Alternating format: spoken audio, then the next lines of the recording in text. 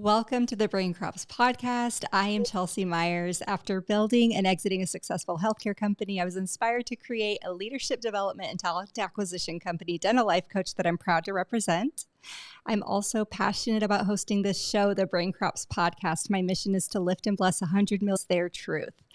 Most recently, I'm also the creator of the Quantum Upgrade Personal Transformation, a program that supports people in overcoming their habit with pornography. And through that project, we're involved in combating human trafficking and supporting rescued, trafficked children. And today I am just elated to be joined by my friend Jennifer Cahill. She's the CEO of Optimatch, the host of the Regarding Consciousness podcast, a philanthropist, author, speaker, and most notably, and perhaps the reason that she makes such an exceptional impact in all of the areas that I mentioned, is that she personifies the phrase, let your light shine. And she literally spreads inspiration and goodness that lights up every single room. So Jennifer, welcome to the show. Oh, thank you so much, Chelsea. What a beautiful introduction. And it's so funny, as my gift is connecting people, and as you just shared something, I don't know if I knew you were doing some work around pornography, but I didn't know about the sex trafficking piece. So I have a phenomenal referral for you, and I was just going to make a note about that. Oh, thank you. I really appreciate it. Yeah, it was really interesting. A mutual friend of ours, Randy Moland, was talking to me about the project, and he was like, "Hey, I need to connect you to these people. They have a really cool initiative where they not only support the rescued children, but they actually adopt them and take care of them all the way through getting them into their adulthood, whether they want to go to tech or they want to get secondary education." But it's just really interesting how when you have an inspiration to do something, you have no idea actually all of the facets of opportunity that it's going to create. It seems like it's just this one thing. I'm going to help people who are struggling to overcome something, and I can see that I have a pattern of supporting that issue. But the impact is just incredible if you're open to it and willing. So thank you. I'm really excited for that. Yeah, absolutely. I mean, that's my favorite thing in the world, as you know, is to connect people. There's nothing that brings me greater joy than to connect the dots of hearing what people are passionate about, and then sharing and connecting like-minded people to share their passions.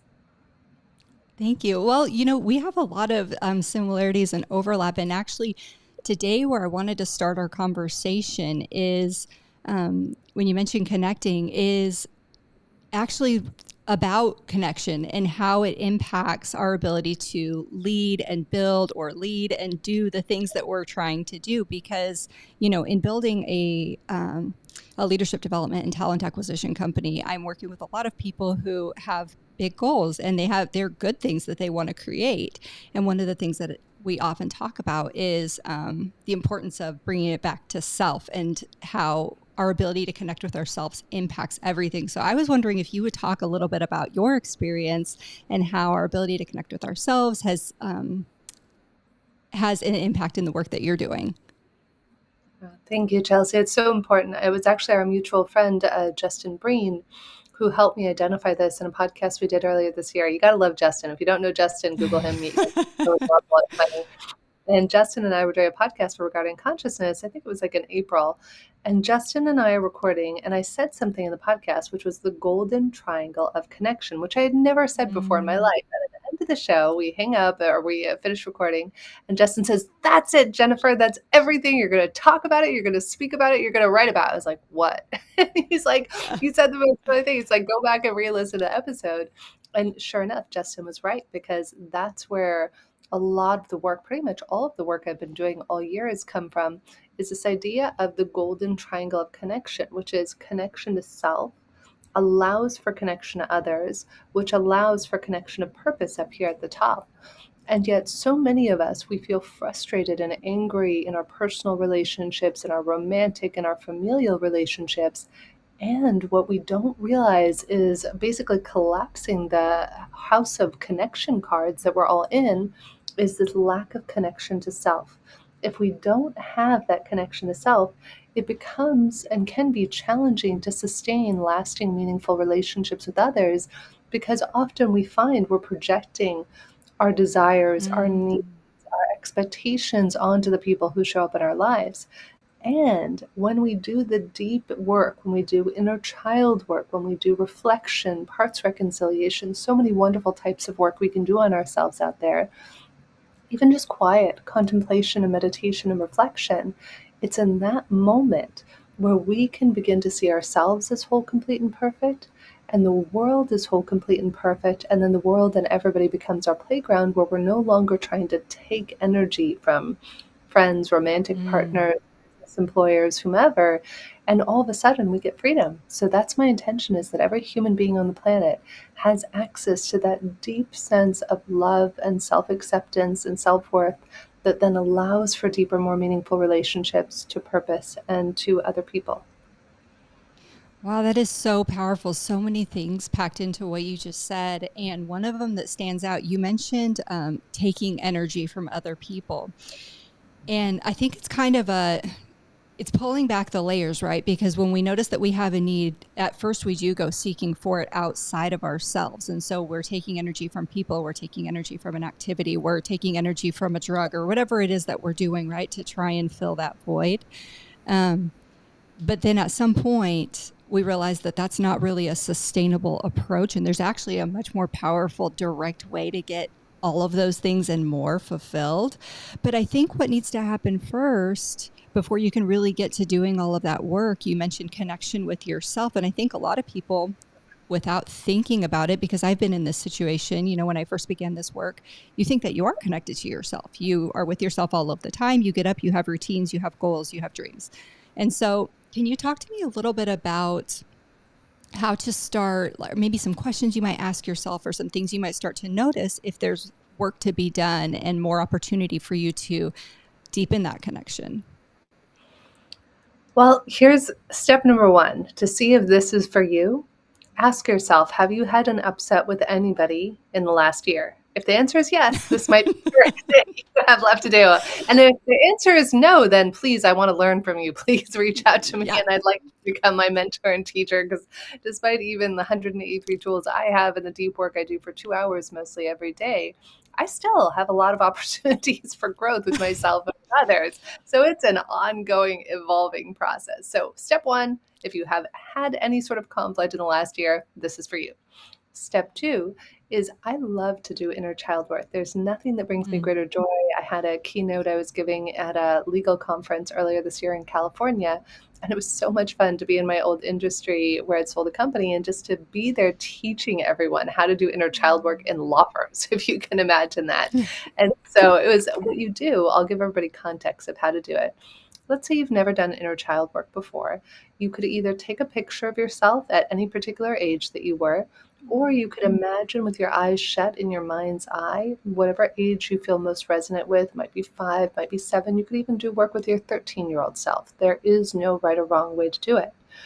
Then the way I like to do it, and there are many different ways, is I like to put my right hand on my heart and my left hand on my womb or abdomen. And you can do one or the other. Sometimes men like to put their hands on their heart, women on the abdomen.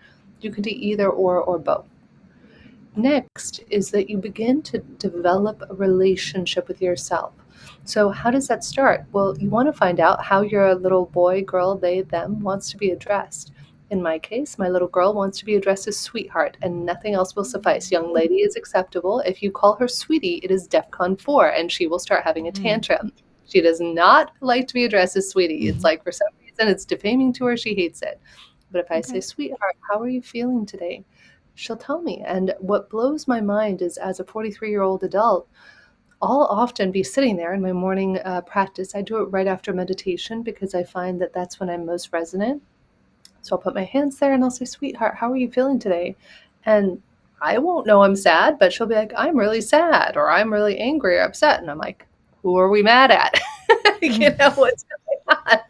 And this is the fun thing, is we don't know this, which is often why we fight with our significant others, mother, father, brother, sister, business partner, because none of us realize at a conscious level that we're holding on or harboring animosity. So you do it that, and you kind of say, hey, how are you feeling today? Oh, okay, tell me a little bit more about that. And then you acknowledge the feelings. Oh, you're allowed to feel that way. I can understand. Now, whether this is a powerful technique I've learned in the last year, whether you're addressing your inner child or significant other, friend, or business partner, one of the best ways to disappear an upset or emotion is to acknowledge how that person or feeling is feeling. It's just to say, it sounds like you're really angry about that. And in my own mind, she's throwing a tantrum. I'm really angry about that, and just by acknowledging it, oftentimes we can really dissipate a lot of the energy and lack of resonance around it. And then you go deeper. This is how I discovered Chelsea in the last few years, the last like 5 years, I would say now. I love to dance. When I was a little girl, I was made fun of for Mm. dancing. I'm autistic, so I've always had kind of two left feet and was always awkward socially and made fun of as at dances. So it was only about 7 or 8 years ago when I started doing inner child work that I'd say, "Hey, sweetheart, what do you need today? What would make you happy?" And she'd be like, "Dancing, ice cream." Those are her two favorite things, dancing and ice cream. Mhm. I've since learned that I do not have to give her physical ice cream. I can also give her metaphorical ice cream. So that was an important learning lesson I'm not that to she can have. think on that one. Yeah. So then I'll say, "Sweetheart, what do you want to do today?" And so oftentimes, like now I dance every single day for the joy of it, where I used to be so Mm. ashamed and afraid and embarrassed of dancing in public, let alone in private. And so you get to cultivate and nurture and nourish this relationship with yourself.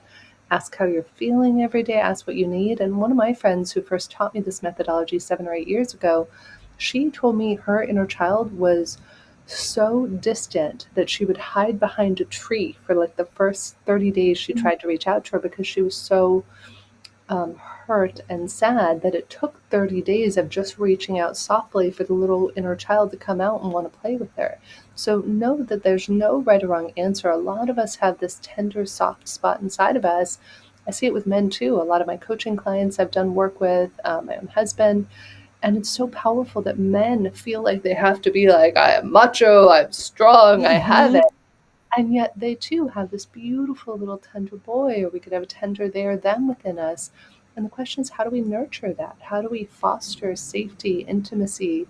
And when we can develop that level of intimacy with ourselves, that then mirrors for us how to develop intimacy with others. Mm. That is so, so beautiful and so true. And having been a participant in this work, I will say it's not easy and it's not comfortable. And I think that's important going into it to recognize it's putting plates on the bar. I expect that to be an experience that I'm not familiar with so that I can have access to a deeper level of knowledge and strength. And I want to go a little further on some of the things you talked about. In fact, um, in my effort to support rescued trafficked children, I had a conversation with a gentleman who travels the country, and he trains all of law enforcement professionals on how to identify traffickers and predators. And one of the things that he was sharing with me is that in the United States, the prime age for trafficked victims is 16 to 24.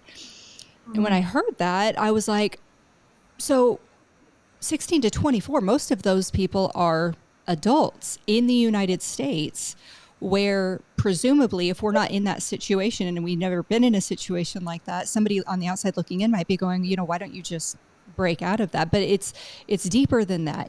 There's trauma bonding, and there's these inner child things that haven't been addressed that make these people prime suspects or prime candidates to be trafficked. And so when we engage in this work and we start um, thinking about, okay, what could be there that I need to take a look at, or what could be showing up to that meeting with me, holding me back from speaking, even just sharing. I remember I could would have, a while back, I might be sitting at a meeting, have a really good idea to share, but my inner child would hold me back, or like something that I believed about myself from the past would hold me back. It's better to just be quiet, because if you don't say anything, then you're at least not wrong, right? So when you start to think about engaging in this work, how do we approach releasing ourselves from upbringing, particularly messaging that may have come from people who raised us or taught us, or maybe even people in our adult lives who have had a significant impact on how we've decided to think about ourselves? That's a long breadth of work, and it's not overnight. To your point, it's not like, "Oh, boom, I've done all of a sudden I've healed all my wounds." There are some wonderful techniques. There was one I was taught called Psych K that I love that can help rewire limiting beliefs, where you cross one hand over the other and one ankle over the other. And in Mm. doing so, you can rewire your brain. And I tell everybody do this daily and say, I'm lovable. So many of us have a story that we're not lovable, which makes us susceptible to unhealthy relationships. In fact, if I may, I want to share a quick story from I believe it was Don Miguel Ruiz who wrote this book, not the Four Agreements that everybody's aware of, but another one called, oh my gosh, there's something of love. I'm drawing a blank on it, but it'll come to me. And in the book, he talks about how I want you to imagine, Chelsea, that you have this magical kitchen. And in this magical kitchen, you can cook yourself anything you want. You snap your fingers, you have the best pizza. You snap your fingers again, best Thai, best sushi. You get the picture, right? Like there is no lack of food in your magical kitchen. And one day somebody knocks and says, Hey, Chelsea, I'm going to offer you one pizza a day for the rest of your life in exchange for letting me put you down, berate you, control you, tell you you're not good Mm. enough, but you get pizza a day. You're going to tell them to screw off, right? You're going to be like, thank you. I have a magical kitchen. No. So Right, right. let's imagine instead, Mastery of Love is the name of the book. So let's imagine instead that we have no magical kitchen, that we haven't eaten for days or maybe even weeks, and we are starving and we're withering away. And one day, that same person comes.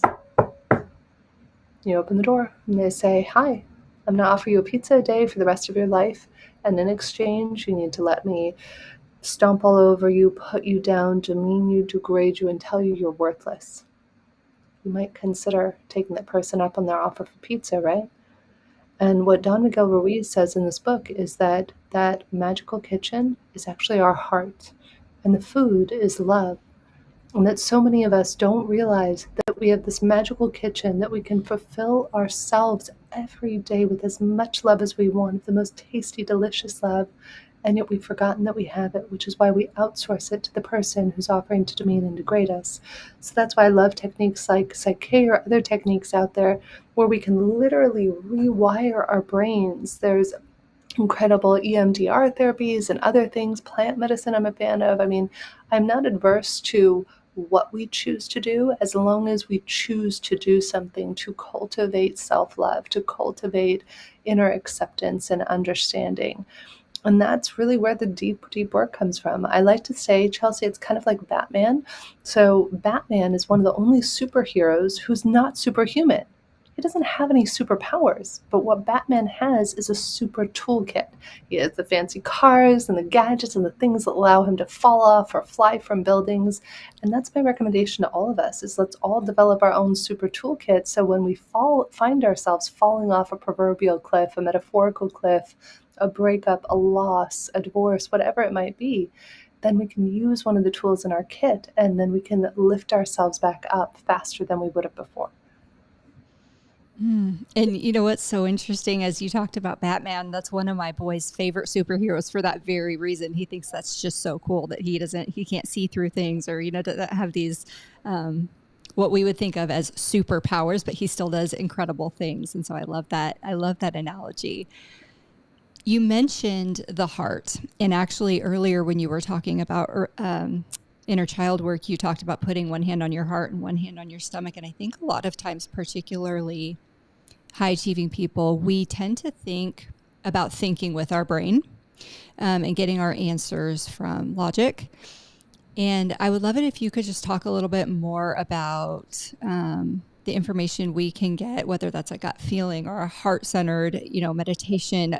What other access do we have to answers that are pressing on our heart at that time? That's where I love to tie in Dr. Roland McCrady's work from HeartMath. He's a friend and I've been studying with HeartMath now for about 4 or 5 years.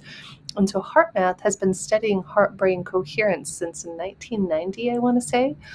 If you want, I can take you and the listeners through it, Chelsea, and we can do it with our eyes open or closed. Would that be helpful? Yeah, let's do it. Okay, awesome. So this is Heart Focused Breathing by HeartMath. It's very simple. So if you're driving, I invite you to keep your eyes open. If you're in a place where you can comfortably shut your eyes, I invite you to do so. And begin to focus your attention in the area of your heart or chest. Imagine that your breath is flowing in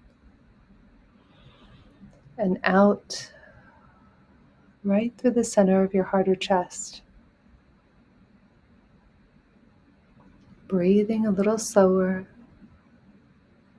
and a little deeper than usual. Finding an easy rhythm that's comfortable for you. As you continue slow, deep, heart-focused breaths, I want you to imagine that your heart itself is doing the breathing.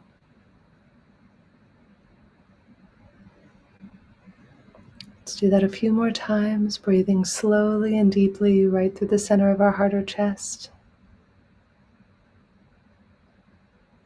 And we can even imagine a regenerative emotion such as calm or peace or ease or joy.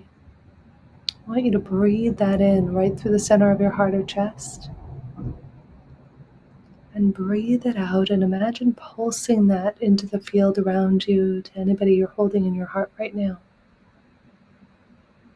Let's do that a couple more times, breathing slowly and deeply, really feeling that regenerative emotion, connecting to a time where you felt that emotion before.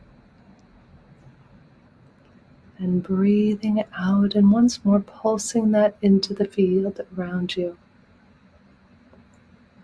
And one last time, let's breathe slowly and deeply right through the center of our heart, perhaps connecting to calm or joy or ease. And finally pulsing the field around us one more time. And whenever we're ready, go ahead and open your eyes if they were closed and begin to wiggle your fingers and toes. How are you feeling? Really, really good. It was interesting. The visual that came to mind was I had a son who was out of the country a couple of years ago. And so while he was gone, my husband and I took our other kids, our other boys, to Dallas, where I had used to. In Dallas, there's this mall, and they have a giant Christmas tree that you could ice skate around.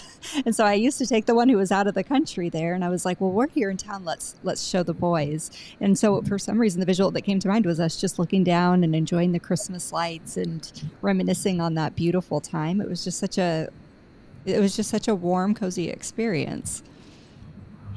Yeah, I love it. It's the thing I love about this technique. I cannot tell you how many fights this has saved me this year. And since I've learned it, one of my favorite things to do when you get really angry or you're in a conversation, when I work with clients on this, executives and so forth, I teach them to do it initially with their eyes shut.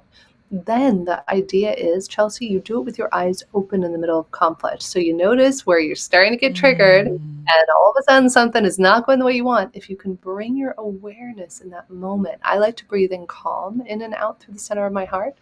What you can also do is breathe in neutral. If you're feeling really angry, sometimes you can't get to calm, you breathe in neutral. And that often helps us, because what that does is we have a 3-brain system.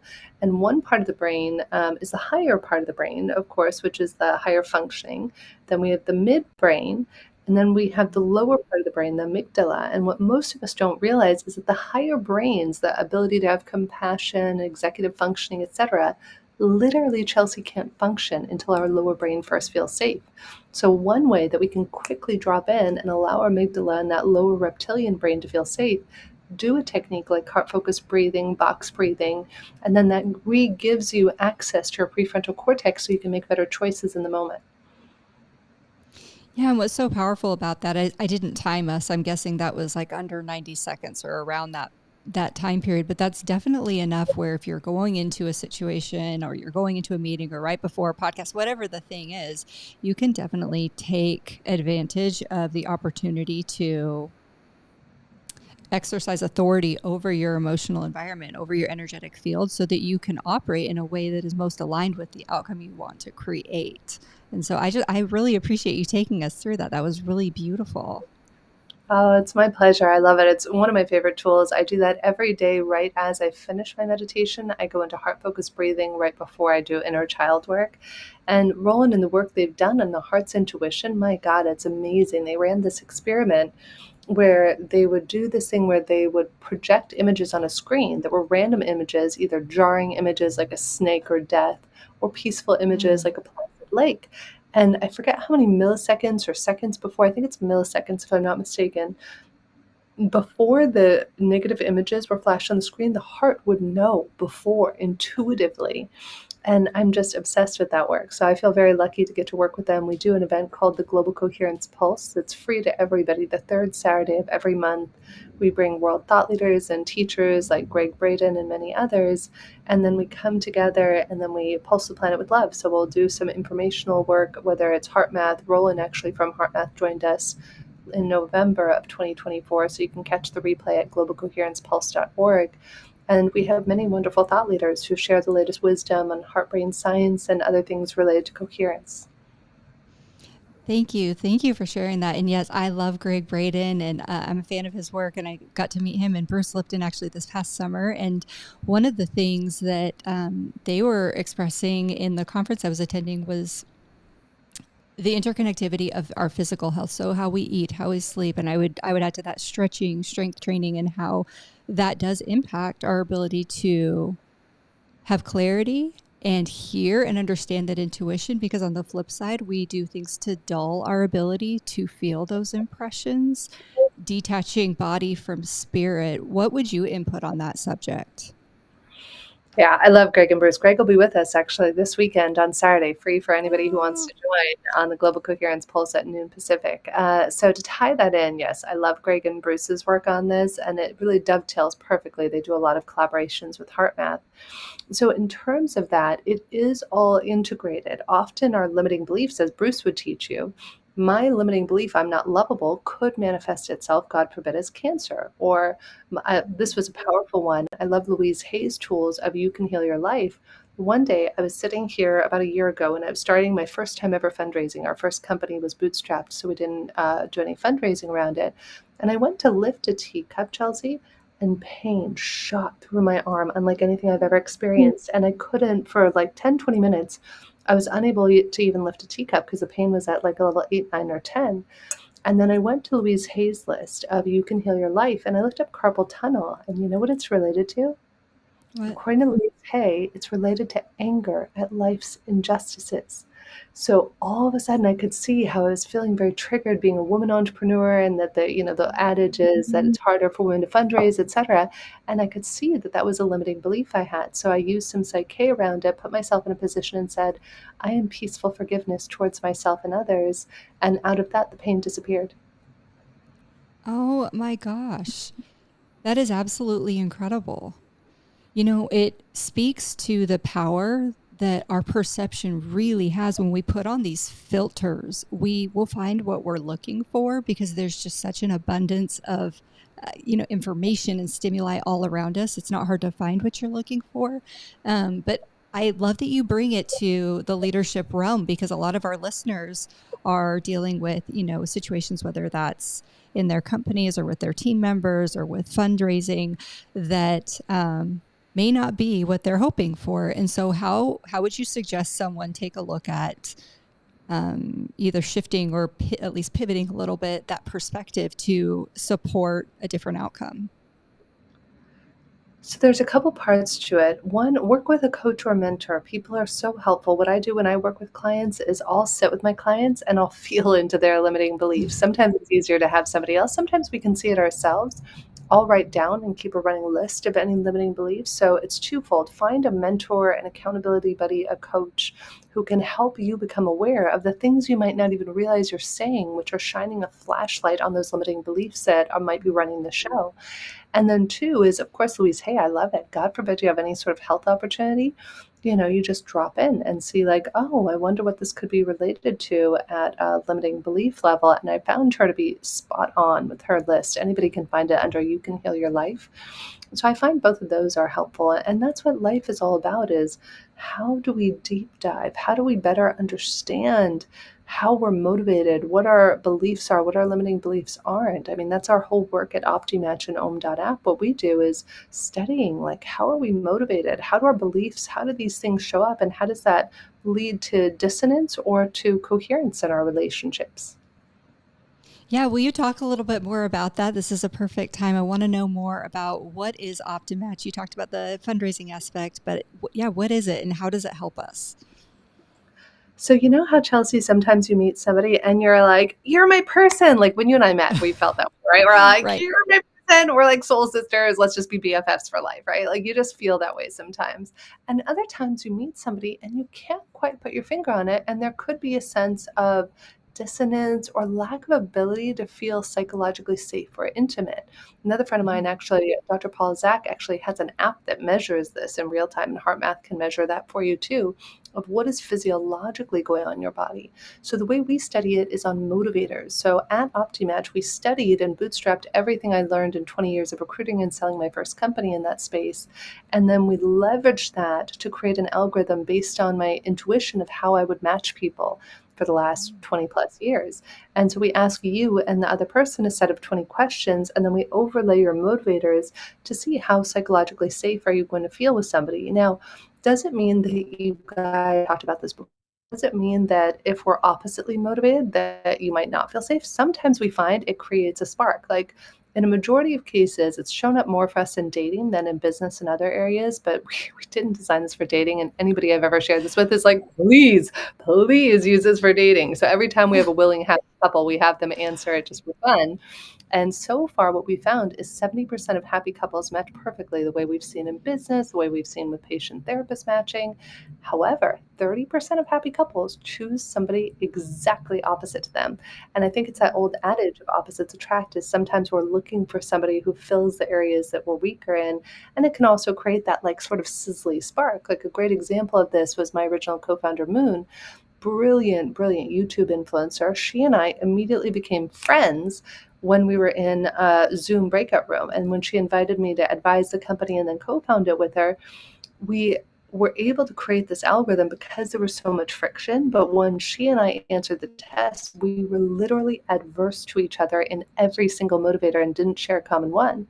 So that worked really well for the creation of the software, that the moment we came to run day-to-day ops, there were potential points of friction sometimes because we couldn't come into alignment. It's not to say you can't, but we've learned a lot since that time. So what it's interesting that I'm hearing you say is, I think, at least for me, but I think a lot of people are in this boat when we're first building a company or selecting people for our team, we tend to pick people that are a lot like us because at least this is what I did, because we think that, we have a really good handle on things. And if I, Chelsea, was going to do all of those positions, I think that I could. And so somebody who thinks like me is likely to be successful. And what I've learned is that that's not always the case. In fact, it can be really limiting to have a whole bunch of Chelseas on the team. and so what I'm hearing you say is it's not necessarily about, there's this one recipe of who needs to be on the team or who needs to be in the partnership. It's more about knowing who's on the team and knowing who's in the partnership. So what do we do with that data? Let's say we use OptiMatch and now I know who all my people are. They've already been chosen. Now what can I do?